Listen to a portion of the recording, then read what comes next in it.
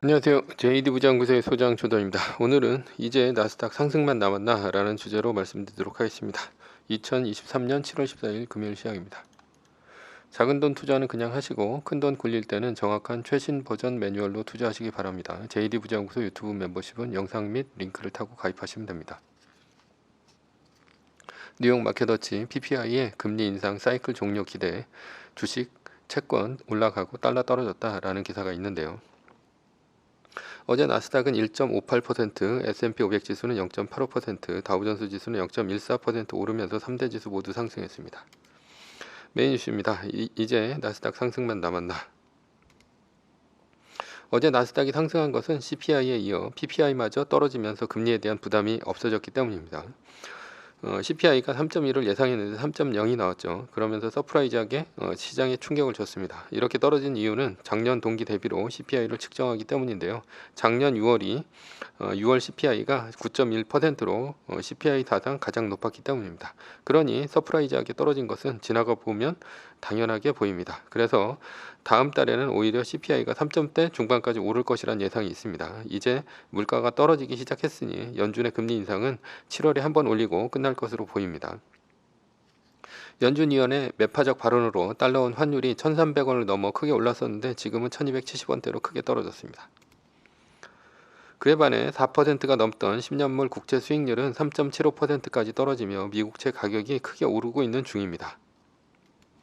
이제 나스닥은 상승만 남은 것인가? 아닙니다. CPI, PPI가 떨어지니 소비가 꺾이지 않아야 미국 경기가 연착륙할 수 있습니다. 앞으로 오히려 실업률이 오르고 소비 심리가 꺾이면 경기 침체 우려에 주가가 빠질 수 있죠.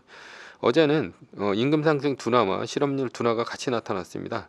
CPI가 떨어지면서 임금이 떨어지고 실업률이 높다면 경기 침체가 나올 수도 있죠. 그런 면에서 이제는 임금 실업률이 나쁘게 나오는 것이 마냥 좋을 수는 없습니다.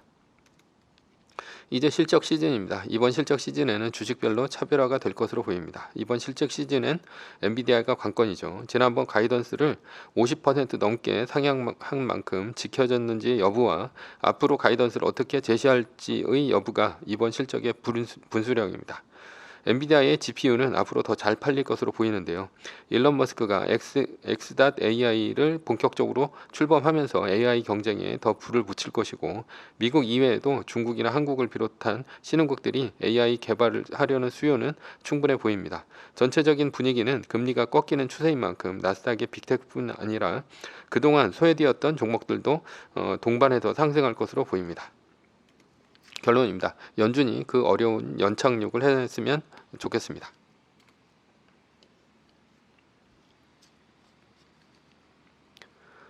서브이십니다. 자본주의 세계의 최고의 기업은 이라는 주제인데요.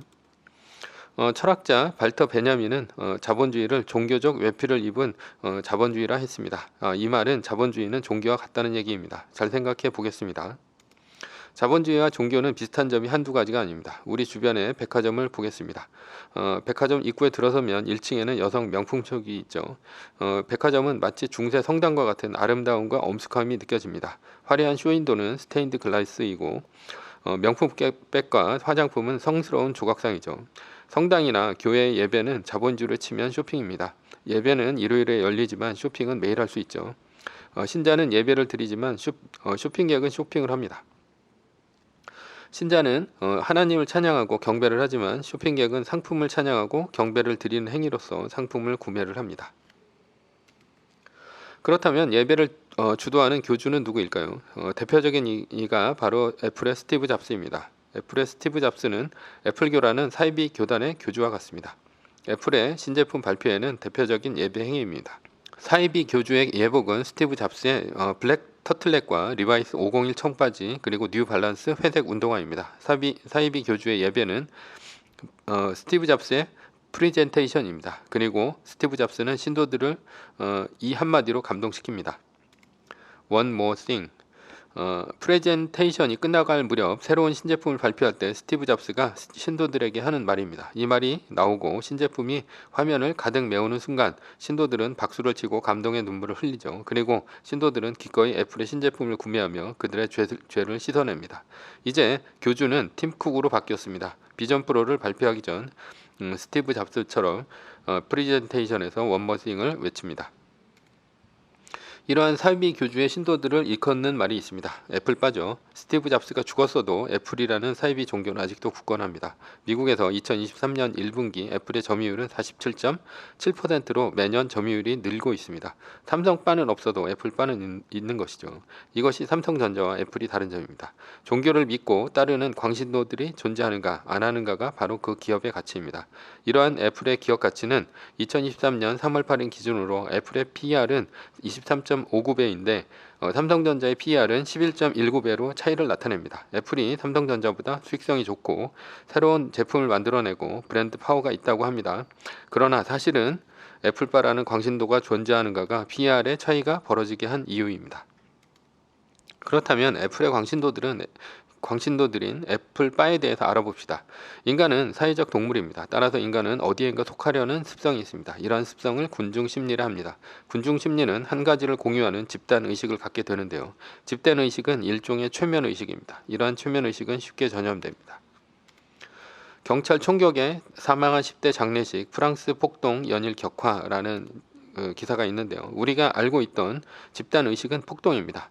프랑스에서 경찰 총격에 사망한 알제리계 소년의 죽음으로부터 촉발된 시위는 폭동으로 변모했습니다. 이런 시위는 서구에서 벌어지는 흔한 사건입니다. 사건이 트리거를 당기면 시위자들은 바로 집단적인 최면에 걸리고 쉽게 전염됩니다. 최면에 걸리면 군중들은 인원수가 많다는 사실만으로 무적이라도 되는 양 행동합니다. 그들은 억눌렸던 이성이 사라지고 잠자던 본능이 표출됩니다. 누군가가 상점을 불태우고 약탈하는 행위는 주변 사람들에게 쉽게 전염되어 온 도시를 불태웁니다. 개인이라면 경찰 앞에서 꼼짝 못하겠지만 여러 사람이 함께 한다면 기관총도 두렵지 않습니다. 이러한 폭동은 인간의 역사에 있어서 여러 형태로 나타났습니다. 중세시대의 마녀사냥, 프랑스의 혁명, 중국의 농민 봉기가 그것입니다. 폭동은 국가를 전복하고 역사를 새로 씁니다. 봉기가 시작되면 군중들은 목숨을 흥정하지 않습니다. 기꺼이 순교자가 되려 합니다. 일단 군중이 되면 그들이 어떤 심리를 가질까요? 군중은 자신이 믿는 신념을 진리라 확신합니다. 진리는 무오류입니다. 군중은 그들이 믿는 신념에 결코 반론과 토론을 허용하지 않습니다. 따라서 그들은 편협하고 권위적이며 독선적입니다. 그러나 반론을 누군가가 제기하면 지체 없이 가진 욕설과 물리적인 폭력이 가해집니다. 그들은 이러한 신념을 아무런 조건 없이 맹목적으로 따릅니다. 최면에 걸리면 그들에게는 감정만 있지 논리적인 이성은 없습니다. 그렇다면 군중을 이끄는 힘은 무엇일까요? 가슴에 꽂히는 단어와 이미지입니다. 예를 들자면 새로운 제품을 소개하는 프레젠테이션에서 원머싱과 같은 스티브 잡스의 말과 애플의 신제품이죠. 스티브 잡스가 신제품 발표에서 원머싱을 얘기하고 애플의 신제품을 영접하는 순간 그들은 집단적인 무의식 환상에 빠집니다. 그리고 애플바들은 신제품을 손에 넣기 전까지 신제품을 상상하며 환상에 빠져듭니다. 애플바들은 신제품 발매일에 애플 스토어에서 길바닥 노숙을 마다하지 않고 매장이 열리면 오픈런을 합니다. 그들은 기꺼이 밤을 새워가며 오픈런을 하는 이유는 애플의 제품을 숭배하기 때문입니다. 역사적으로 감정과 싸워서 이긴 이성은 없습니다. 삼성전자는 스마트폰 신제품 광고를 할 때 기능상 최고의 스펙을 나열합니다. 그러나 애플의 광고는 사막 위에 나무를 찍은 감성적인 사진 한 장 위에 아이폰으로 찍다라는 단어를 보여줄 뿐입니다. 아프리카 아이들을 도와주자는 이성적인 호소보다는 기아에 굶주린 아이와 그 옆에 있는 독수리의 사진 한 장이 인류의 가슴에 더 충격을 줍니다. 군중은 이미지와 단어를 통해 집단 최면에 빠져들고 숭배하도록 만들게 합니다.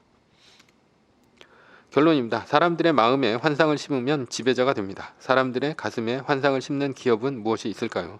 명품의 LVMH, 젊음의 코카콜라, 럭셔리 감성의 벤츠 모두 아닙니다. 그들은 사람들의 마음에 환상을 심지만 최고의 지배자는 아닙니다. 현존하는 세계 최고의 자본주의 지배자는 바로 애플이죠. 왜냐하면 애플은 그 어떤 기업보다 충성스러운 광신도를 보유했기 때문입니다. 매뉴얼입니다. 세계 1등 주식은 전고점 대비 2.5% 떨어질 때마다 10%씩 팔면서 리밸런싱을 하다가 나스닥 마이너스 3%가 뜨면 말뚝을 박는 것입니다. 그러다 반등이 시작되면 V자 반등 리밸런싱을 하면 됩니다. 자세한 내용은 JD 부장부서 다운 카페를 참조하시거나 동영상 밑에 리밸런싱 말뚝박기 댓글 링크를 참조하시기 바랍니다. 전제는 세계 1등 주식은 우상향 합니다. 매뉴얼을 지키며 세계 1등에 투자하면 매년 25%의 복리로 10년간 10배, 20년간 100배로 재산을 불릴 수도 있습니다. 위의 상황은 매뉴얼일 뿐입니다. 따를 사람은 따르고 참고할 사람은 참고하시면 됩니다. 주식을 사고 파는 것에 대한 모든 책임과 이득은 본인에게 있습니다. 매뉴얼을 지키려면 머리를 쓰지 말고 머리를 쓰려면 매뉴얼을 지키지 맙시다. 오늘은 이제 나스닥 상승만 남았나 라는 주제로 말씀드렸고요. 지금까지 JD 부장수의 소장 조던이었습니다. 컨텐츠가 좋았다면 구독, 좋아요, 알람 설정 부탁드립니다. 지금까지 들어주셔서 감사합니다.